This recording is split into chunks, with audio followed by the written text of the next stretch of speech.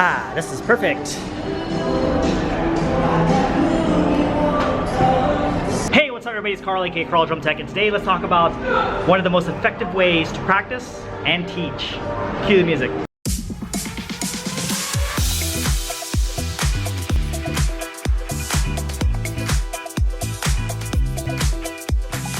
Alright, if you guys are finding me for the first time, make sure you hit that subscribe button, red button down below that says subscribe. That way you're notified of any new videos I put out in regards to martial arts, marching bands, drum alliance, indoor percussion, drum corps, all that good stuff. Make sure you subscribe so you don't miss a single upload. Now also make sure that notification bell is ringing as well. That way for sure you'll be notified anytime I put out a new video. So subscribe, make sure that notification bell is ringing, and let's get to the video. Okay, so let's talk about one of the best analogies I ever received when I was marching.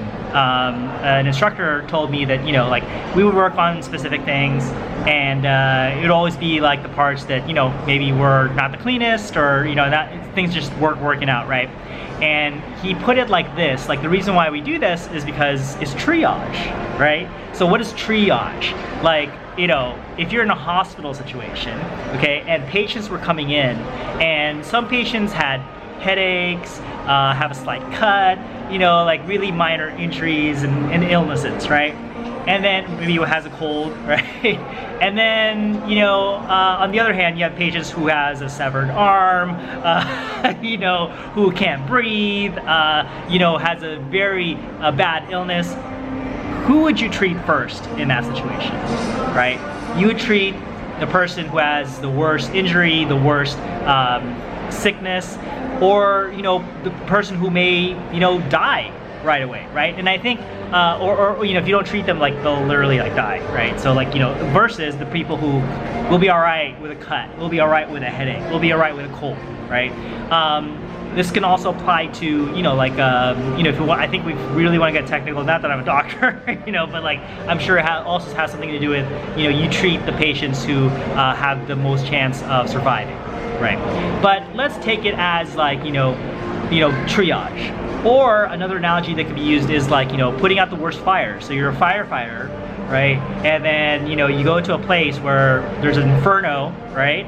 And you have to put out the biggest flames first, right? I think that makes sense, okay? So in teaching, right? Like as a teacher, if you are working with a student, if you're working with a drum line, it makes a lot of sense to, you know, fix the problems that are the, you know, most prominent, right? The issues that are like, you know, really stifling the student's achievement, or, you know, their ability to play through an entire piece or an entire exercise.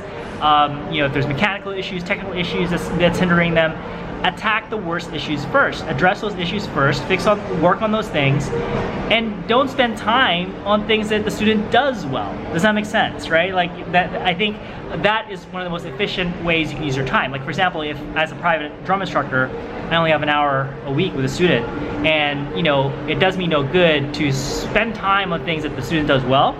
It makes more sense to spend time with the student on things that they don't do as well. That's where you're gonna get the most growth, right? Not that they can't grow working on, you know, things that they do well and that they can do better.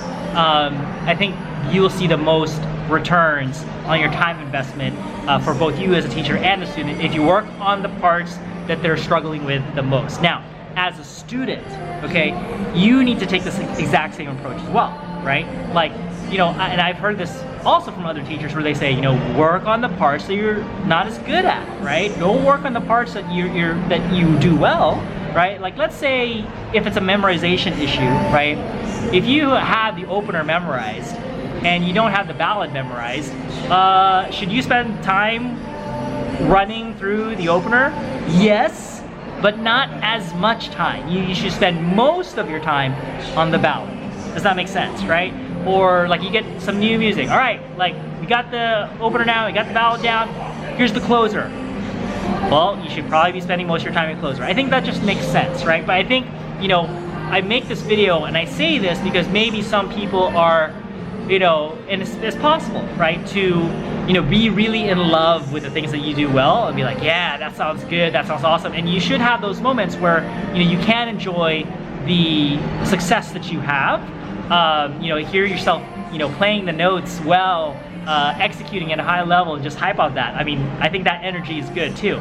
But don't spend too much time doing that. Spend the time on things that you're not doing well.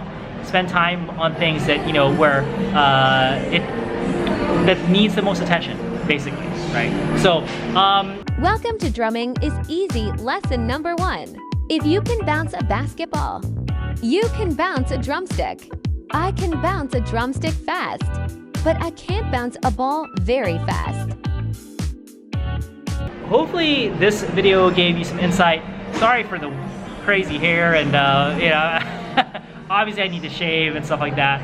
But hopefully, you know, the content in this video is still good, and what I'm saying is going to be helpful to you in how you approach your practices, and if you're a teacher, how you help your students. Okay, so cool, guys. If you watched this far, please let me know in the comments. If you comment that you've watched this far, please write a comment. I promise I will comment back. I will reply to you. I've been really bad at replying at comments recently, not just in YouTube, but Instagram and the other social medias. But I want to get better with that. So I want to prioritize engaging with you guys, making connection with you guys. So if you watched this far, do me a huge favor and leave a comment down below to say that you've watched this far, or just say hello, something like that, right? Otherwise, thank you guys so much for watching this video. If you really liked it, please do me a huge favor, hit that like button down below. If you have any questions or comments, like I said, you know, if you watch this far, leave a comment down below. And if you'd like to, you know, maybe see if this could help somebody else out, please do share this video with somebody else. And if you have not subscribed yet, after I told you to subscribe, make sure you subscribe so you don't miss a single upload. And that's pretty much all I have. So once again, thank you so much for watching. I'll see you guys in the next video, and you should watch more of my videos by clicking over, I think it was here, and subscribing over here. Peace. Catch you guys on the next video. Bye.